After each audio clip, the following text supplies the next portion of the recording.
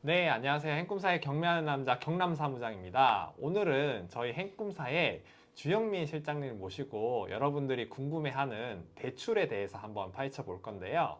네, 안녕하세요. 네, 안녕하세요. 네, 간략하게 자기소개 한번 해주시죠. 법무법인 열린 주영민 실장입니다. 저는 한 16년에서 17년 정도 부동산 담보대출 관련해서 은행권과 협약해서 대출을 진행하다 보니까 이렇게 이 자리에 초빙돼서 여러분들과 만나 뵙게 됐습니다. 반갑습니다. 예, 반갑습니다.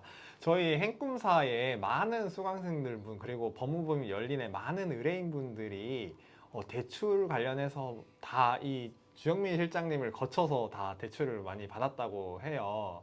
그래서 많은 분들을 대출을 성사시켜 주셨고, 좋은 또 대출을 소개를 해 주신 걸로 알고 있는데, 지금 뉴스를 딱 켜서 봤을 때 제일 첫 번째 기사가 대출이 안 된다. 라는 이런 뉴스부터 딱 큰 틀로 나오고 있어요. 그래서 이게 다들 대출이 안 돼서 나는 투자를 하면 안 되나? 라고들 많이들 생각하시는데, 혹시 지금도 투자를 하시는 분들은 어떤 방식으로 대출을 일으키고 있나요? 가계대출 비율이 너무 높다 보니까 금융감독위원회라든지 정부 차원에서 가계대출을 규제하는 측면이 굉장히 커요. 그렇다 보니까 1금융 같은 경우에는 소위 말해서 5대 은행이른 국민은행, 기업은행, 하나은행, 우리은행, 신한은행 이런 5대 은행 같은 경우에는 가계대출을 너무 많이 해줬어요. 그렇다 보니까 이미 자기들의 매출의 목표치는 이미 달성했다라고 봐야죠. 네. 그러면 이제 금감원에서는 가계대출 하지 말라고 그러니까 은행은 더 이상 할 필요도 없고 규제를 해야 된다는 얘기고 그렇기 위한 규제의 방법들을 여러 가지를 쓰고 있다는 얘기예요. 그럼 자, 그럼 1금융에서는 대출이 어렵다는 얘기죠. 은행은 네. 1금융만 있는 것이 아니라 2금융도 있기 때문에 불가능하다라고만은 할 수는 없지만 대신에 1금융을 사용하지 못하는 단점들은 분명히 존재합니다. 금리라든지 아니면 중도산한 수수료라든지 네. 예, 이런 부분들이 분명히 존재하는 현실인 건 맞습니다. 그러나 내년 25년도 1월이 다시 시작하면 새로운 어떻게 보면은 영업 그 분기가 시작되지 않습니까? 네, 맞아요. 1월부터는 어쩔 수 없이 또 대출을 풀 수밖에 없습니다. 지금쯤 경매를 낙찰 받으신 분들은 잔금일이 내년에 잡힌다. 11월에 낙찰을 지금 11월 말에 낙찰을 받으면 맨 마지막 기일이 1월 초쯤 잔금 한 1월 한 5일이나 6일까지는 잔금을 낼 수 있는 기일이기 때문에 1금융에서 대출하는 것도 실은 걱정할 필요는 실은 없습니다. 근데 은행은 1금융만 있는 건 아니거든요. 단위농협이라든지 새마을금고라든지 단위수협이라든지 아니면 신협이라든지 2금융 쪽에서는 지금도 아직도 가계대출을 활발하게 지금 진행을 하고 있어요. 경매를 좀 많이 해보셨거나 투자를 좀 많이 해보신 분들은 2금융까지는 그래도 무난하게 이용을 많이들 하시더라고요. 길에 다니시다 보면 농협 보이시죠? 농협 네. 같은 경우에 1금융이라고 생각하십니까? 2금융이라고 생각하십니까? 저는 정답을 알고 있는데, 네. 농협도 이렇게 좀 지역 농협과 중앙 농협이 나눠져 있는 걸로 알고 있습니다. 농협 같은 경우는 농협 중앙회를 소위 1금융이라고 취급하고요. 네. 그 다음에 단위농협, 지역농협 거의 대부분 농협의 대부분은 거의 단위농협이에요. 그 다음에 수협 같은 경우에도 수협 중앙회만 1금융으로 취급하고 그 다음에 일반적인 지역농협, 지역 수협인 단위 수협 같은 경우에는 2금융으로 취급되거든요. 새마을금고도 마찬가지예요. 이제 1금융과 2금융의 차이는 간단하게 말씀을 드리면 금리의 차이 아닐까 저는 생각을 해요. 예전에는 신용 등급이었는데 지금은 신용 점수제로 바뀌면서 신용 점수가 대출을 받으면 조금씩 깎이게 돼 있어요. 네. 근데 1금융과 2금융이 2금융에서 대출을 받았다고 해서 신용 점수가 1금융보다 더 많이 깎이진 않아요. 네. 가장 큰 차이점은 3금융과의 소위 말해서 3금융과의 차이점인데 3금융이라고 하면 캐피탈이라든지 저축은행 네. 어떻게 보면 1금융은 하나의 은행이고 금융권 1금융권이라고 생각을 하시고 그다음에 저축은행 캐피탈 같은 경우에는 그 다음에 3금융권이라고 생각하셔서 그 두 개의 차이는 신용등급의 차이라든지 아니면 엄청난 금리의 차이라든지 중도상환수수료의 차이일 뿐이지 1금융하고 2금융을 차이를 둬서 대출을 실행하면 안 된다 이렇게 생각하시는 거는 조금 착각인 부분은 있습니다. 그러면 이금융도 괜찮다라고 보시는 건데, 그럼 저희가 흔히들 경락잔금 대출이라고 많이들 알고 계세요. 이 경락잔금 대출을 취급하는 은행은 거의 다 이금융권인가요? 그렇지 않습니다. 지금도 경락자금 대출 1금융권에선 취급을 하고 있어요. 금감원의 눈치를 보고 있다라는 거는 제가 지금 말씀을 드리는 이유가 어떤 눈치를 보고 있냐면 만약에 1억짜리 그 국민은행 시세 1억짜리 아파트를 제가 낙찰을 받거나 매매를 네. 해요. 그래서 저는 잔금 대출을 1금융에서 실행을 하게 되면 제가 만약에 무주택자라고 하면 여러분들 잘 아실지 모르겠지만 무주택자 같은 경우는 KB 시세에 70%까지 대출을 해주거든요. 네. 그렇다면 저한테 7천만 원을 대출을 해줘야 되는 게 원래 맞아요. 그렇죠. 근데 서울 같은 경우에는 소액임차 보증금이라고 있어요. 네. 최우선 변제 금액인 소액임차 보증금이 5,500만 원이에요. 과밀액 조건력 같은 경우에는 4,800만 원이에요. 그 전에는 1금융이 1억 KB시세 1억짜리를 저한테 7천만 원을 해줬다라고 하면 서울 같은 경우는 5,500만 원을 빼서 해주고요. 그 다음에 과밀억 조건력 같은 경우에는 최우선 변제 금액인 4,800만 원을 차감해서 저한테 대출을 해준다는 얘기예요. 다시 말해서 서울 빼놓고 과밀액 조건적이 인천에 있는 아파트를 1억짜리를 받는다라고 하면 7천만 원은 나는 당연히 대출이 될 거라고 생각을 하지만 소액임차 보증금 4,800만 원을 빼서 2,200만 원밖에 대출을 안 해줘요. 이게 1금융이 지금 눈치를 보고 있는 것 중에 하나인데 이게 바로 MCI 보험이라는 것과 MCG 보험을 가입을 못하게 하고 있다는 얘기예요. 그런데 1금융은 그렇게 하고 있지만 2금융 쪽에서는 MCI 보험이나 MCG 보험을 가입을 할 수 있어요. 그렇다면 똑같은 물건을 내가 낙찰을 받거나 그 매매를 할 때 잔금 낼 때 1금융에 가면 1억짜리를 2,200을 해줄 거고 그렇죠. 2금융은 똑같이 7,000을 해줄 거예요. 그렇다면 여러분들은 지금 1금융을 가시겠습니까? 2금융을 가시겠습니까? 그래서 지금 대출을 엄청나게 규제를 해서 개인 대출이 가계 대출이 다 바뀌었다라고 말씀을 하고 있을 뿐이에요. 그러면 1금융 이용하지 마시고 지금 2금융 이용하시고 아니면 12월에 낙찰을 받으시거나 12월에 계약을 하시는 분들은 잔금 날짜가 통상적으로 1월이나 2월쯤에 잡히거나 경매 같은 경우는 12월 초에 낙찰을 받으시면 1월 한 초쯤에 잔금을 내시게 될 거예요. 그때쯤 되면 1금융에서도 MCI라든지 MCG 보험을 가입할 수 있는 조건들이 또 바뀔 거예요. 그때 가서 잔금을 내시면 충분하게 뭐 잔금 내는데 문제 없이 진행되지 않을까 이렇게 생각을 하고 있습니다. 내가 대출이 안 될 것 같다라고 하면은 더 많은 지점과 은행을 알아보는 것이 좋은 건가요? 특히 여러분들이 관심 갖고 있는 주택담보대출이거든요. 주택담보대출은 개인한테는요 정해져 있는 비율이 있습니다. 소위 담보대출 비율이라는 LTV라는 게 있어요. LTV는 뭐냐면 국민은행 시세에 몇 %까지만 대출을 해줘라 라는 규제 사항이에요. 내가 만약에 주택을 갖고 있지 않다라고 하면 LTV 70%, 소위 말해서 1억짜리는 7천만 원까지, 10억짜리는 7억까지 해주라는 얘기예요. 내가 주택을 하나 갖고 있거나 아니면은 다주택자 같은 경우에는 LTV 범위가 60%예요. 1억짜리라고 하면 6천만 원까지. 그다음에 10억짜리라고 하면 6억까지 대출을 해주라는 금감원의 규제 사항이란 말이에요.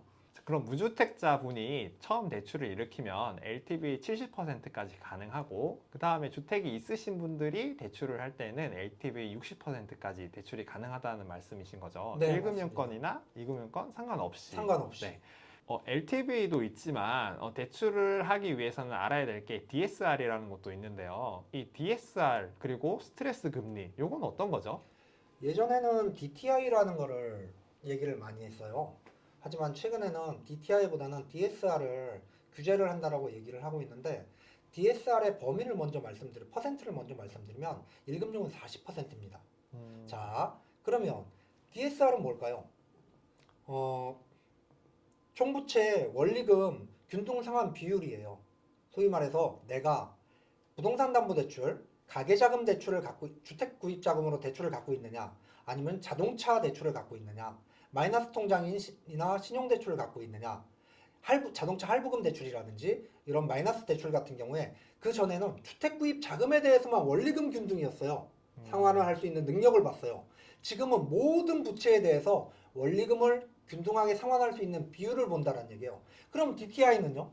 DTI는요, 주택구입 자금, 내가 가계대출을 갖고 있는 부동산담보대출 비율에 있어서만 원리금을 균등하게 상환할 수 있는 능력을 갖고 있느냐를 먼저 물어보고 나머지 신용대출이라든지 자동차 담보대출이라든지 이런 할부대출 부분은 이자만 낼 수 있는 능력을 합산했어요.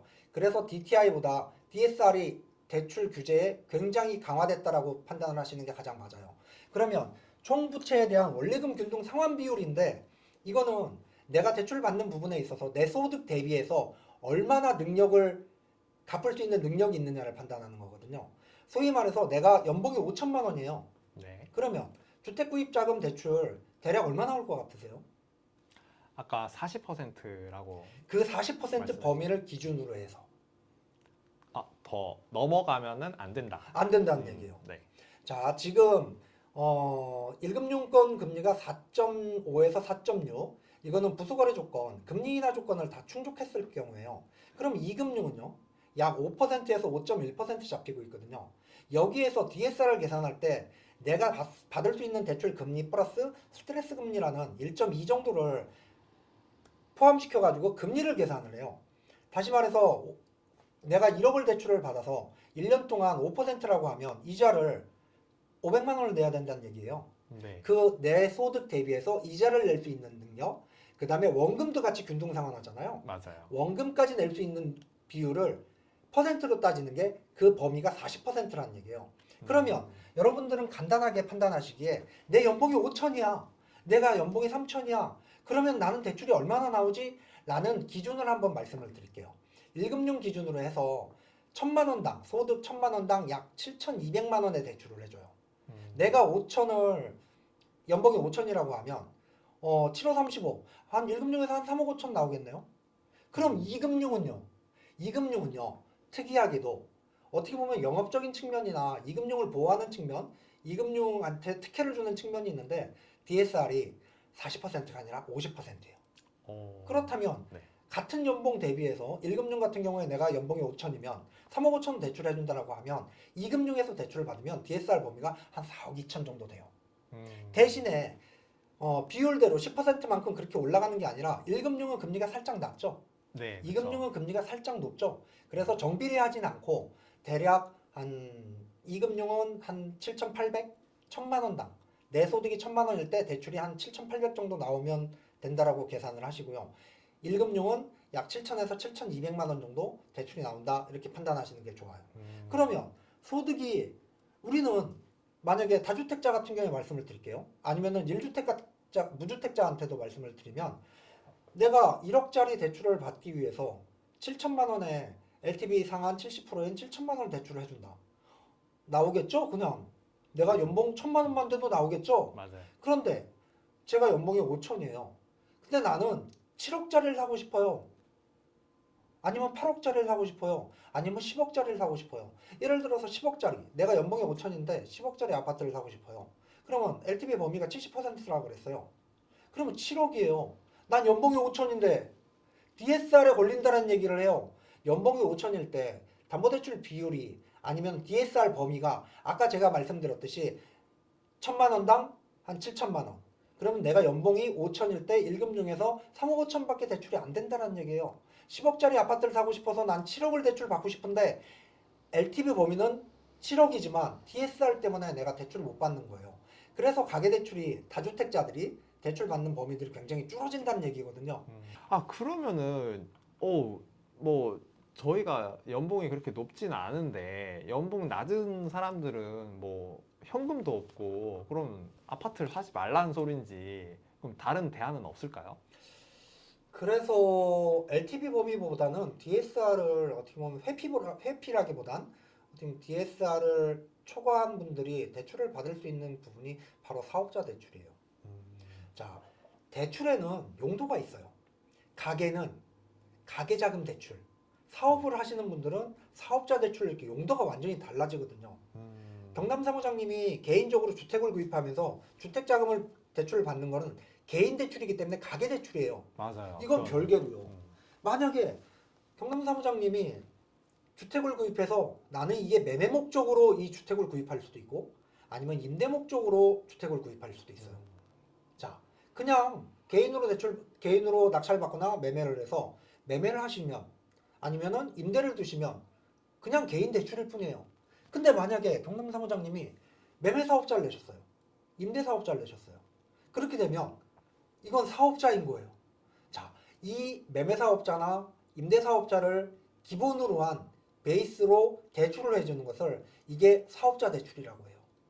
같은 목적물인 주택을 구입하는데도 불구하고 개인의 사용 용도가 아니라 사업을 목적으로 하는 대출을 하는 것이 사업자 대출이라는 얘기예요. 그러면 나는 DSR이 이미 넘어섰어요. 나는 연봉이 5천인데 개인 대출이 3억 5천이 넘어섰어요.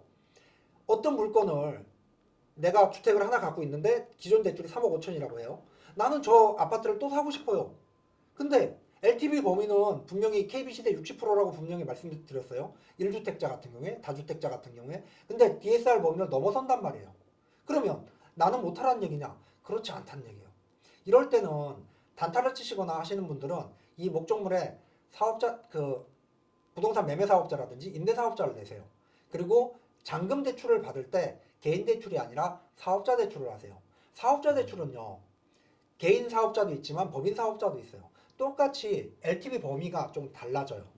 금융감독위원회에서 부동산 매매 사업자라든지 부동산 임대 사업자, 부동산 법인의 매매 사업자라든지 네. 법인의 임대 사업자 같은 경우는 LTV 범위가 60%예요. 음.